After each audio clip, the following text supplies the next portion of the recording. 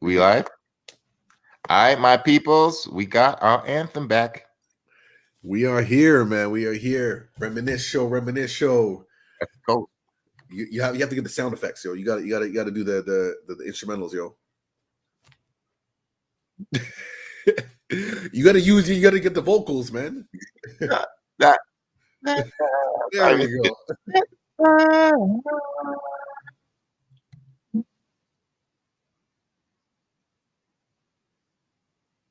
Reminisce, reminisce, reminisce over you, my God. All day, every day, man. That's what it is, man. Every Tuesday, reminisce show carrying the traditions of Sankofa. Because sometimes we got to go back and collect what we may have forgotten. All rooted in hip hop, and I am feeling amped. I'm feeling charged up. There's a lot of amazing things that are happening. I just feel like the healing energy of hip hop. I mean, it never left, but it's now rising to the surface. We're seeing it more around in mainstream culture, which is beautiful because this is how we shift, this is how we heal, this is how we push things forward. We can't just be doing the hamster wheel over and over again. So I'm feeling amped, I'm feeling excited, but I'll save that for a little bit. We'll get into that in a bit. Let's start off with our check-ins as always. Yo, my brother, man, like, how are you feeling, man? I know, like, you're in different time zones, different provinces right now. Yeah. Like, let the people know what's up. Yo, I'm out in Edmonton for the first time. Reminisce show popping off from West Coast for me. And I'm happy that I could still link up with you, brethren, and I could be here with my family, my other family, because hip hop is my chosen family, and I'm out here with my blood family. So it's peace. Edmonton is peace. I got here healthy. It was my first flight in 2 years today. 3 years. First flight. So like going to the airport this morning was stressful. I was like, I don't know what's gonna be. I don't know the whole, but it was, to be honest, it was exactly like an old flight, except I had to wear a mask and show them my vaccination. So there was no delays or nothing. Somebody told me I didn't know if I was going to have to take a COVID test at the airport or whatever, but nah. So it's okay. And yeah, it's okay. I feel good. Edmonton's not cold, and I'm happy to be here, but I'm going to be back next week because we got some ill shit popping off real soon. Bro, but how are you?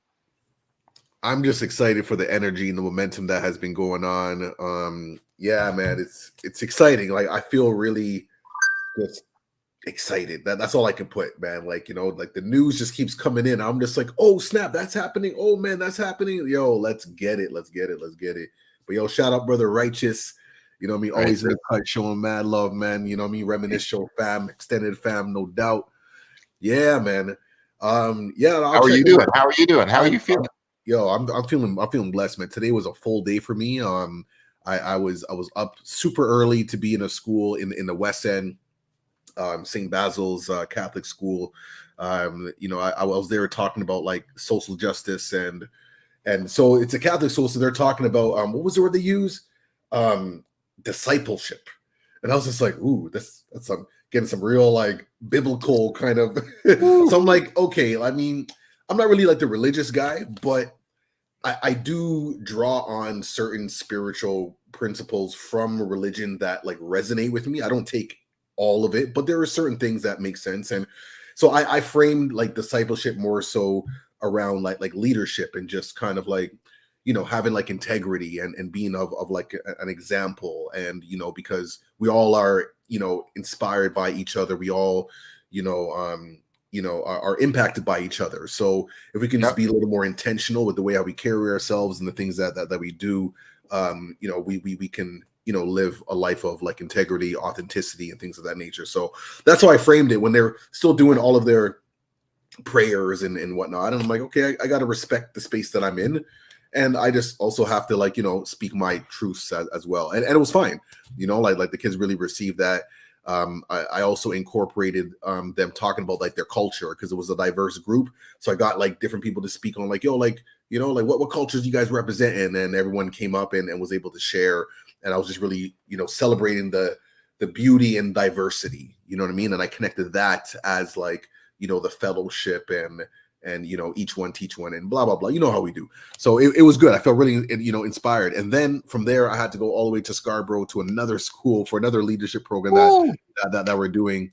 And we have these post-secondary students who mentored high school students, and these high school students are mentoring middle school students. So it's just like sequence, which is cool. And yeah, like, you know, like the youth leaders are growing, and that's just really exciting to me, just seeing that there's young Black students who are really interested in doing something positive, you know, and supporting and building community, because community is about helping each other. It reminds me of what like Ernie mentioned, you know, like a community is supposed to take care of each other, and hip hop isn't that. Although that's how I know hip hop. So for us, it's really about us, you know, bringing that back, and that's what we're doing with the Reminisce Show and all that good stuff. So that being said, I'm charged up, I'm feeling amped, and I know we're going to get more into this whole idea of even, you know, social justice and fellowship, and just you know, music, hip hop being represented in all different aspects. So yeah, man, I'm feeling amped, y'all. I'm feeling amped. Yeah, I love to hear that, man. I'm so happy you're out there teaching the kids, and the kids have you as a mentor and a guide and an example. That is fantastic to hear, yo. Peace to you for doing that work. Because, yo, I just saw this little kid on the flight. Shout out to the little homie I saw on the airplane on my way over. Like, children are vital. Children are the future. Wu-Tang is for the children. All of that. This is timeless, yo. Like, bro, like, if you have, you know, if you have no respect or peace for the kids, yo, we're already dead and done. So, like, passing on the jewels, like, I love to hear that, like, multi-generational, like, we have to, like, yeah, like, that's dope. I think for me, it's like over years and generations, I've seen that has been where we missed the mark on a lot of things. You know what I mean? Coming up in an era where it's like, you know, children are supposed to be seen and not heard and whatnot. Like, anybody knows me that like I bring my kids everywhere. You know what I mean? Like, well, I mean, places that are like, you know, appropriate. But like, you know, like I bring them around so they can be in the environment, so they can see. They may not understand the conversations or whatever, but they're at least like in the environment, and feel the energy and whatnot. And I think that's really important. That's how we, like, you know, integrate things, and how we transfer knowledge and wisdom and all that good stuff. So yeah, it's just really, really good to see. And you know, as we get older, like, you know, that's what keeps us, you know, in tuned with what's happening with the youth, you know, giving them voice, giving them space. And for me, like, you know, I'm just a facilitator, you know, like I just know how to create space for people to feel comfortable to like express.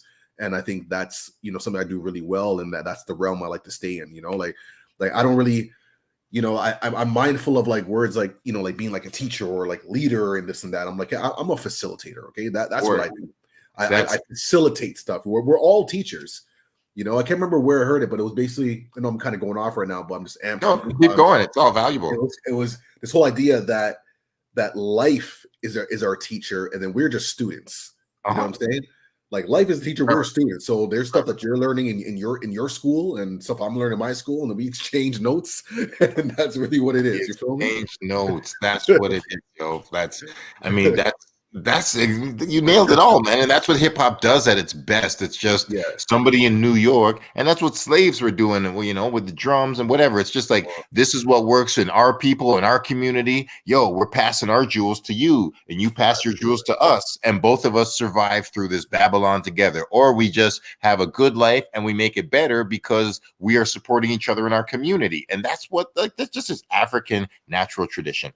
And you like, what we can apply it everywhere, and we should. And you're right, that is the place where hip hop did lose its way in the last 10 years for sure. And those were the big arguments when it was like Ice-T versus Soulja Boy, and like Nelly versus KRS-One. It's like, no, it should be like those two cats teaching each other, like 80s MCs teaching MCs from the year 2000. Like, and, you know, we're starting to get there, but like, you know, that generational divide is the issue. So, but yeah, you know, every opportunity we get, we got to reach to the kids, and the kids got to be like, yo, you know, like, these old people survive, so maybe I should listen to one or two things they say. You don't have to take it all, but you just got to take what works for you, just like the Christian stuff. Because I agree with you right there. Like, it's not like fun at all, but it's like, you know what, that word is discipleship. Like, it just sounds like obedience.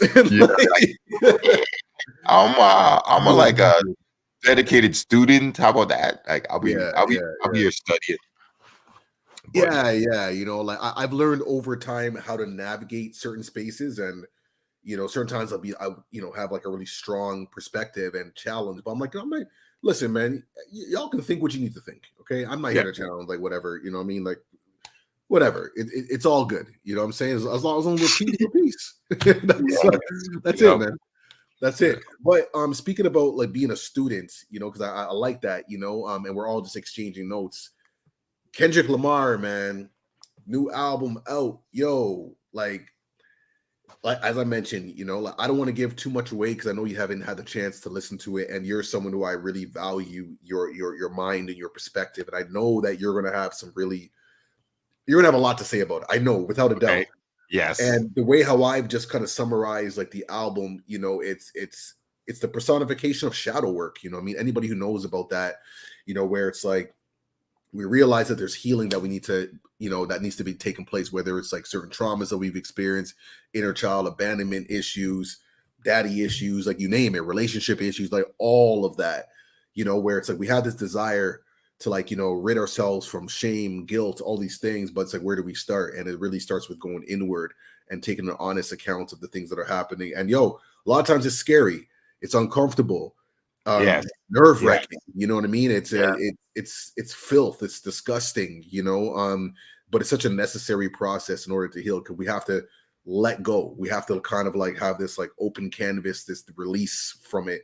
And this album, I think, really does a great job. There's so much to unpack. Like I'm looking at Dalton. Where's Dalton at, man? He needs to make a course on this album.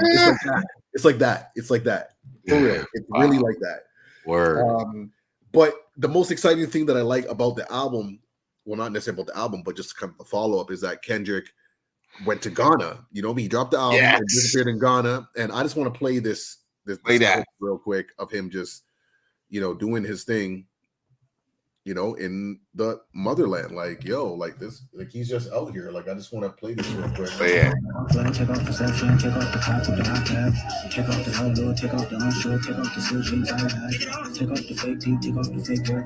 I love that picture of Pac. They have him in the Southern Amaru tribe that his name originally came from. That's amazing.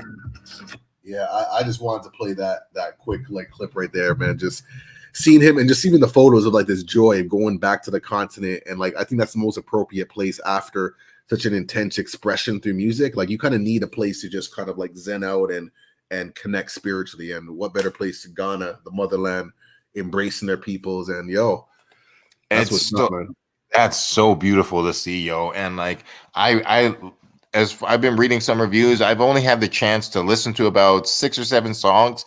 There's some songs that I was feeling, and some songs I was like, this isn't hitting me. Like I was like, I respect it, but it's not hitting me right now. Like a couple of the first songs, but I know I need to take it all in, and like I know that I didn't listen to it enough to get an assessment to say something so dope like it is shadow work, and like I respect the fuck out of that. And I did see a couple people say, he was like, he had admitted that he had a porn addiction and that he had like kind of cheated on his fiance and whatever. And I was like, oh shit, I didn't hear that. So like, that's pure shadow work. Yeah. And if you're putting that into music and you're working through it. And there's a whole lot more, and I would also say this, like, I noticed with Kendrick's like projects, like you really got to like listen to them in sequence. You know what I mean? Like you really got to listen from song 1 all the way through, because they all like kind of like connect in a way and that kind of really expand this larger narrative.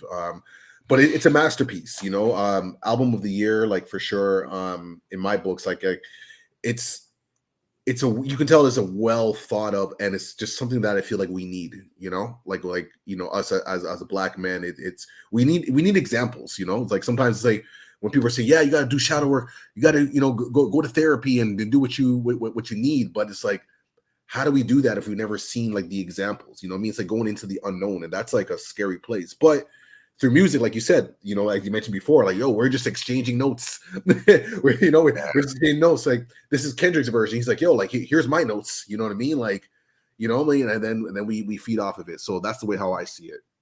That's awesome, And like, the favorite song that I heard so far was Father Time. That shit was fire. Yeah, there's other ones too, but that's a big joint as well. But like, yeah, for sure. I can't like, definitely. I have to take it all in, and like, I want to return to you and talk to you about that shadow work stuff, because I respect the fuck that he was going there. There's not a lot of responsible MCs making responsible music, and that's where one of the biggest problems in hip hop. I think somebody phrased it best. There's 1,000 ways and 1,000 theories and so much whatever, but I'm like, yo, hip hop went from keeping it real to it's just entertainment. And it's like, exactly.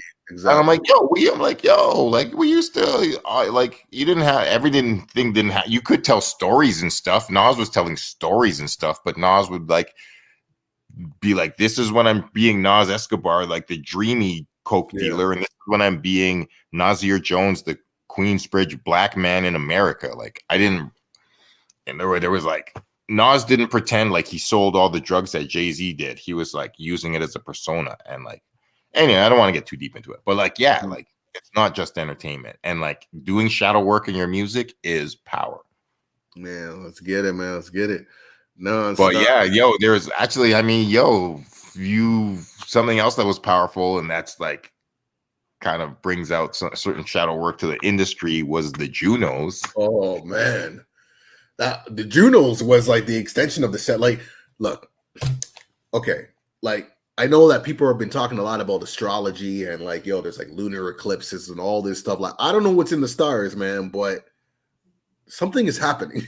Something is happening, because like the sequence and the timing of things, it's just so like within such a short period of time, all this stuff that's just being activated. And then the Junos, came through and really, did a great job in what I would say restoring integrity.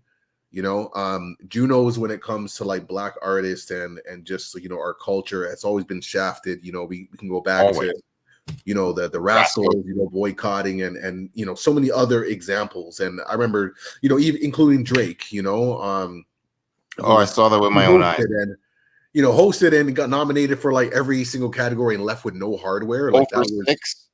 0 for 6. Are you serious? This wasn't even thank me later. This was take care. Right. Yeah, like, it was just a really strange place. But this was probably the blackest, the blickety black of Junos ever. ever. From award winners to performances. I'm going to play. Okay, before I even play some of the performances, I have to play Mustafa the Poet's speech for best alternative album of the year. And I love that it's at a category that's not R&B, that's not hip hop. He just took a whole lane that's typically reserved for other folks. So it's really cool. I'm gonna play this. It's such an important thing that he's saying. It's 2 minutes, and I'm gonna play the whole entire thing. I'm sorry. Let's hear it. Okay, here we go.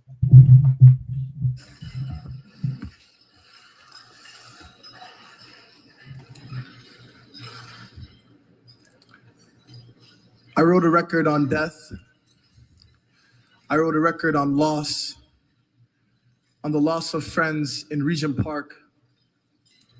And I had to do it because as they were breaking down my community, I realized in that moment that the only people that were going to be able to document the memories of my friends were the people that knew them. I watched Canadian publications announce the deaths of my friends using mugshots, descriptors being dated criminal records, and I knew then that I had to rewrite their memories. I'm not going to speak about how I'm the first Black Muslim to get this award. I think that being the first of anything should now be critiqued more than celebrated. Yes. Perfect. I want to thank everyone. I want to thank Ali's mom, who's here with me today. I hope I did justice to the memory of your son. I want to thank Mattis, who helped take this project where it needed to go. I want to thank Young. I want to thank my mother and my father. And I want to send a prayer to all of the young people who passed by way of violence, who passed without any retribution or reason. And I hope that we can continue to dismantle the state-sanctioned violence, the systemic violence in all of our communities. And I hope that Canada actively tries to pull it from the ground, because I feel like Canadian systems are constantly trying to bury the horrors of what those systems are doing to our communities. Thank you guys so much, man. I have to play the whole thing, man.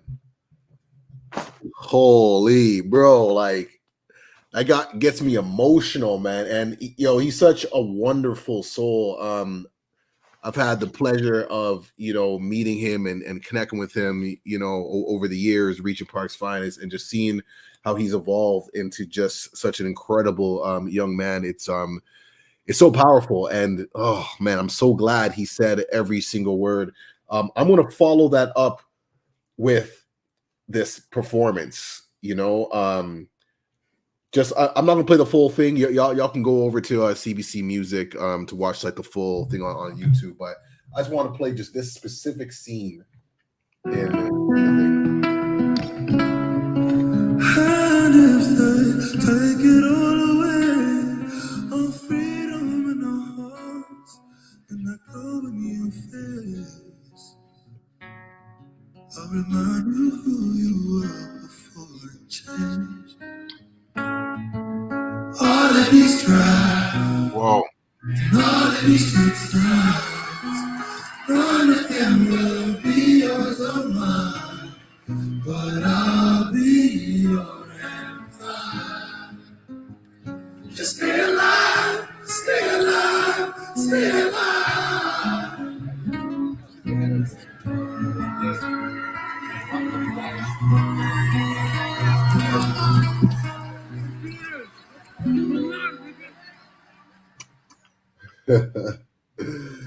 Oh man, the Junos, bro, the Junos. Like, this is happening at the Junos. Like, are you serious right now?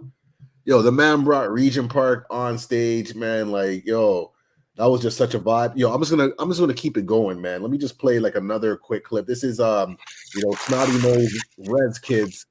Shout out to my sister Nicole. I know that she was one of the jingle dancers part of it. But like, these guys are just dropping some fire. Let me just play a little clip of this, man. Just show y'all what the vibe was. Yo, this is the most diverse the Junos has ever been. I hope they continue to do it, because this is how you restore integrity. Let's go. The people of color, let's hold it down and uplift one another. There's beauty and unity. Attention and sovereignty, black liberation. We go coast to coast. I mean, that's the formation. This revolution will be loud and decolonized for the next generations. All my relations.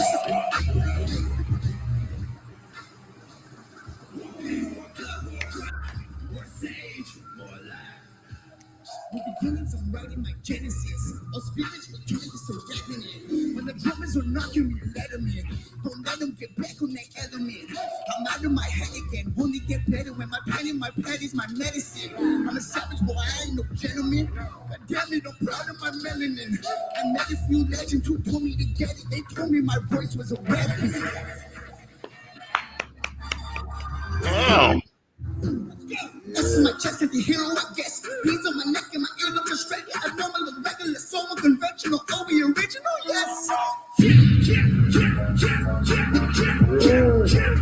All right, man. Y'all gotta go to CBC Music to check out, the rest of the. And there's like so many other. I'm gonna play one more, man. One more who won. Hawaii Mighty, man, who won. Best album here. Let's play this now, man. Like I said, like, I ain't never seen the Junos like this. Like, correct me if I'm wrong. If you've seen something like, if you've seen this type of energy, please let me know. But yo, I got never. I'm me and the boy one track down. Whole squad pulled up, so they ran down. Locked doors, so the door kept ran down. When you see them, I just sank down. It seems that the boy one crack down. Y'all need to broaden your scope. Picture you got darker skin and broaden your nose. I be sick when I be thinking about the trauma we know. This stuff is scripted, watch the trauma unfold. You hear them sirens, that's the sound of the law. They say be silent with their hands on your jaw. They say you violent, they act like they got, they want submission. They'll let your ass get ravaged by the dogs, cause there's a system. My black ass just don't fit it. Oh, I get it. It's a race game, and this game is hopeless. From the 60s, they displaced the scotians. Back then, they made slave patrol and night watches. They became the roaches. Immigrants to this state is open to the whole whole island edge came the closest. I walk with this strange emotion in my head, cause this brain is rocks and chains. Now I feel safe in the central view. White run a strap like a shoe store spell. And I ain't trying to get caught up, but I would never flip, I don't need no deal. I never scattered the devil. If it's hot, I don't have to be kidding. Then my anger will shoot you around. You want my freedom.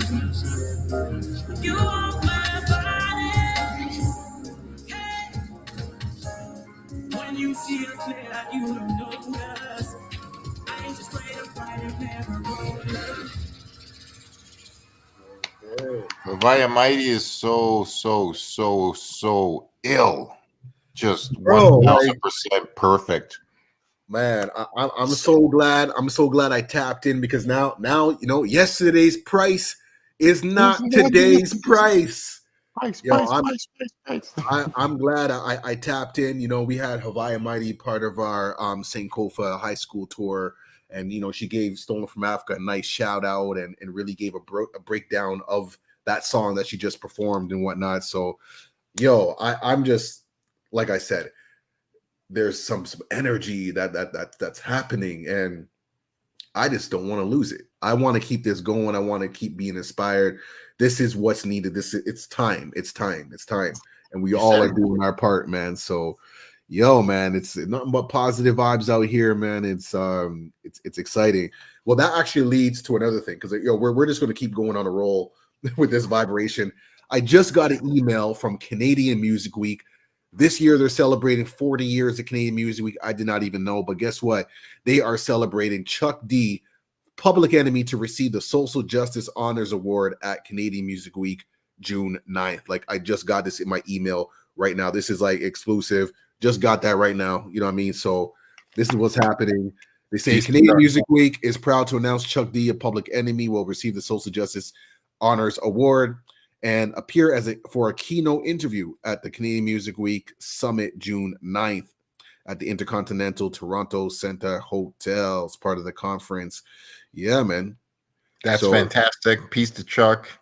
That's just wonderful. And I mean, you got to just give people flowers while they're here. You just got to there's so many levels to it. It's like, even if Chuck D has 50 more years of life to live and 50 more years of work to do, why not just right now stop and honor everything he's done thus far? Like, why not? Like, you could, this whole, like, when people like give people their flowers, I'm like, think about it. Like, there's no, at any point in time, we really got to do that, because even just beyond thinking about, you never know when our hip hop heroes just disappear. It's just, it could happen at any point in time. But it's like, no, just think the other side of it. Just love them for no reason. Just love Chuck D not because he's getting older and it's like, do it quick before he passes on, but like, just because. Period. So, like, yeah, man, we'll be there. I've interviewed Chuck. Chuck was the first rap show I ever went to in 1991. He distributed my late. This is the story that we were gonna say. Share it. I've got so many experiences with Chuck D. He's like a father, a mentor. But I went to the Million Man March in 1995. I went to both of them. So I went to the Million Man March in Washington, D.C. Mm-hmm. And in the evening, after Farrakhan had spoke and all these, it was wonderful, beautiful day. It's like 6 p.m. I go to a place called Fuddruckers. You heard of that restaurant? It's an American restaurant called Fuddruckers. Okay. So I'm in Fuddruckers, and Chuck D walks up, and he's like, "Yo, man, would you like to sit down and have dinner with me?" I'm like, "Yo, what are you?" So me, like Chuck, it was me, Chuck, and like Chuck had like 4 or 5 other young black men. It's like, "Yo, man, let's all just like have dinner together." And we all sat down and had dinner with Chuck and talked about the Million Man March and just like, hope and energy. And it was like fantastic. Wow. I'm like 21, 22. My brain is like, oh, this is amazing.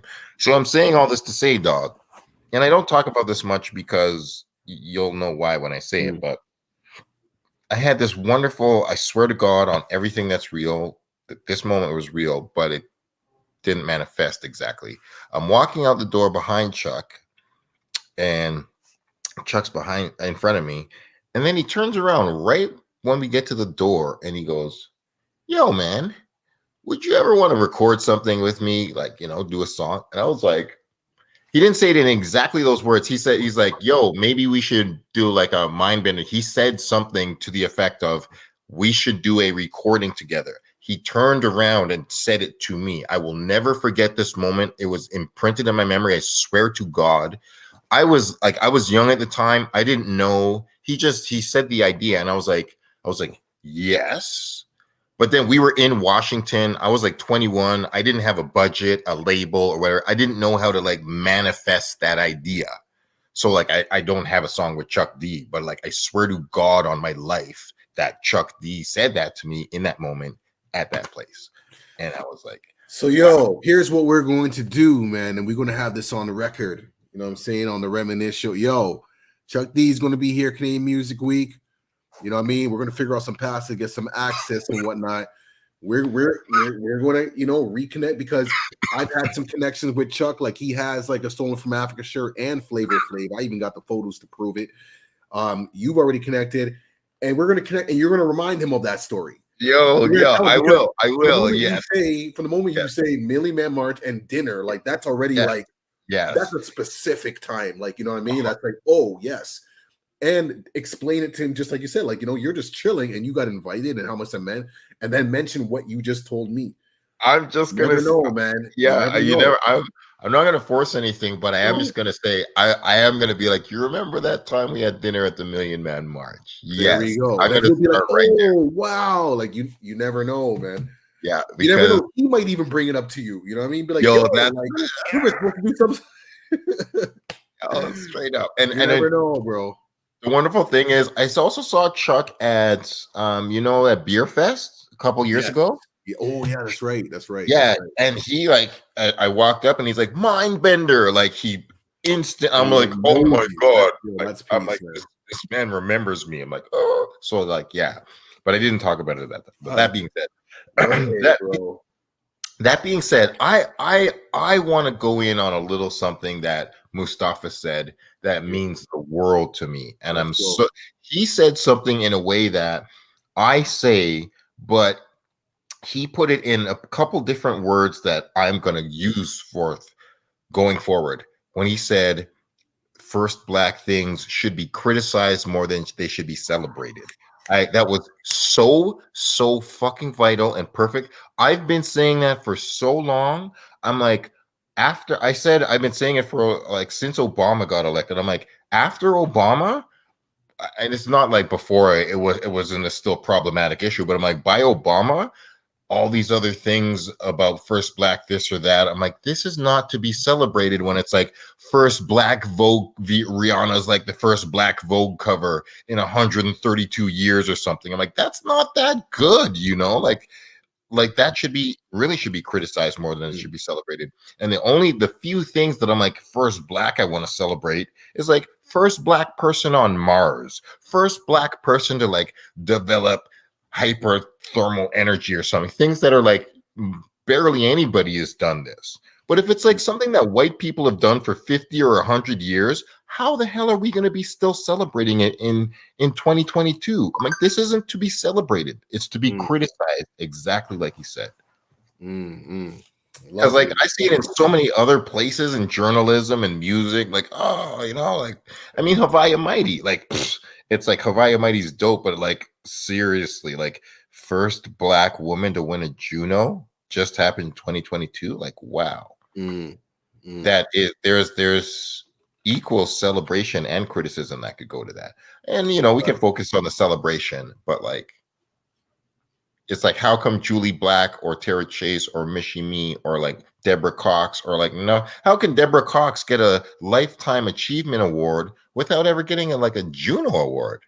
Like, I think that you're right there is you're admitting that you kind of fucked up. Be like, we know this Black woman's a legend because she's singing on Broadway and like left Canada and is like blowing up in the States and like can call Quincy Jones and shit.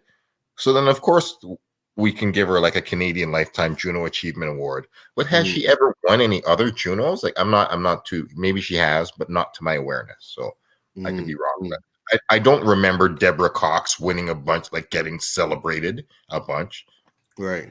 Yeah. So like, And I'm not. It's like whatever. All of these award shows have issues, so it's like, yeah, it's not like whatever. But at the same time, it's just good for people to get recognized and celebrated in any way. So when people do win, I still will be happy for them. True indeed. So that's man. That's it. That's the end of rant. That's it, man. All right. Well, we'll sign off like that, man. That's what's up, man. Reminisce Show every Tuesday. Man, we we're moving from province to province, man, different time zones, man, but we're still here, man. We shift, space and time, you know what I mean? We're still here, present, representing, man. So that's what we're doing, and we're gonna keep this flame going, man. Yep. Next week. So we out. Keep an eye out for the Adam Bomb interview and the Joe G interview. And thank you to all our listeners and watchers. Righteous, hit me up, homie, when I get back. I'll be back soon. And hip hop forever. Reminisce. Out, man.